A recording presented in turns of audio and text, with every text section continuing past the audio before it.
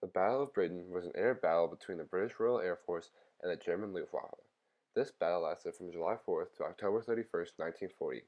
The battle was a preliminary assault to the eventual attack that Adolf Hitler wished to wage on the British mainland. Relying mainly on his Luftwaffe commander, Hermann Goering, who told Hitler he would be able to break the British air defenses, thereby allowing the German ground forces to invade and take over the British. The German Luftwaffe was coming off a very effective campaign in the Spanish Civil War in which their bombing was so effective that people began to expect 500,000 deaths a day in Britain before Hitler even ordered the attacks to begin. The German Luftwaffe began probing the British defenses on July 4th, leading to all-out day assaults on the British mainland. Following an accidental bombing of a civilian target by German air forces, Winston Churchill ordered a bombing run on the German homeland in Berlin. It is following these bombing runs that a pivotal decision is made, which will lead to the first major loss of German offensive in Europe. Hitler's anger with the bombing of Berlin, along with relative lack of success, caused him to force Goering to change his currently extremely successful tactics of bombing the RAF Fighter Command and switch to civilian targets in London. This is the divergence point on which the entire war may have shifted one way or the other. Hermann Goering was a German Luftwaffe commander who was responsible for the bombing of the British mainland and was expected to beat them down until there were no more RAF fighters to fight back a German land invasion. The critical point in the Battle of Britain, which is the difference between a German victory and a British victory, is a change in tactics by Goering. The tactics that Goering was employing before the bombing of Berlin by the British were highly devastating and would have knocked the British fighter command out in a week or two had Goering held back Adolf Hitler longer. Had Goering realized how devastating his attacks were, and had he stuck to his plans even under the pressure he faced, he would have been able to break the British and allow a land invasion on the British mainland. It is easy to see how the British leader, Winston Churchill, would be present in Britain during an attack by the German forces. It is also easy to see how, when trying to escape these German forces, he would have been gunned down by a German U-boat while sailing across the Atlantic to the safety of the United States and killed.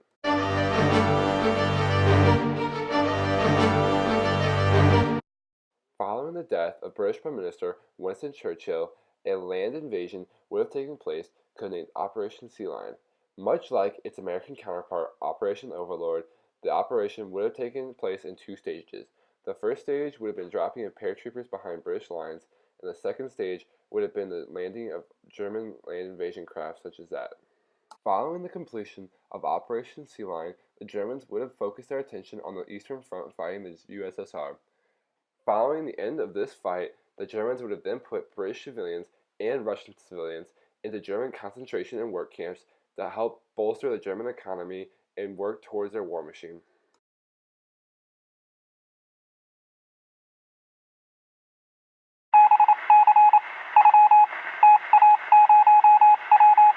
September 11, 2001.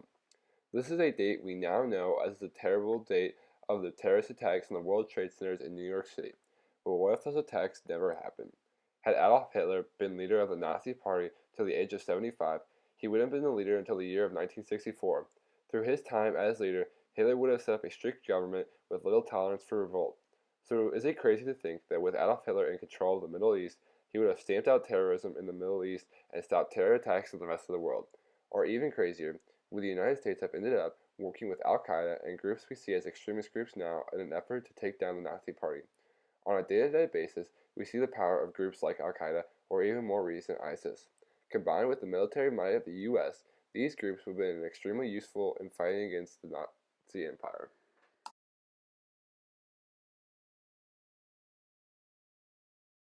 When considering the alliances made in World War II, it is easy to see how future wars would occur from these alliances because of the tension and the relations between the leaders of these countries.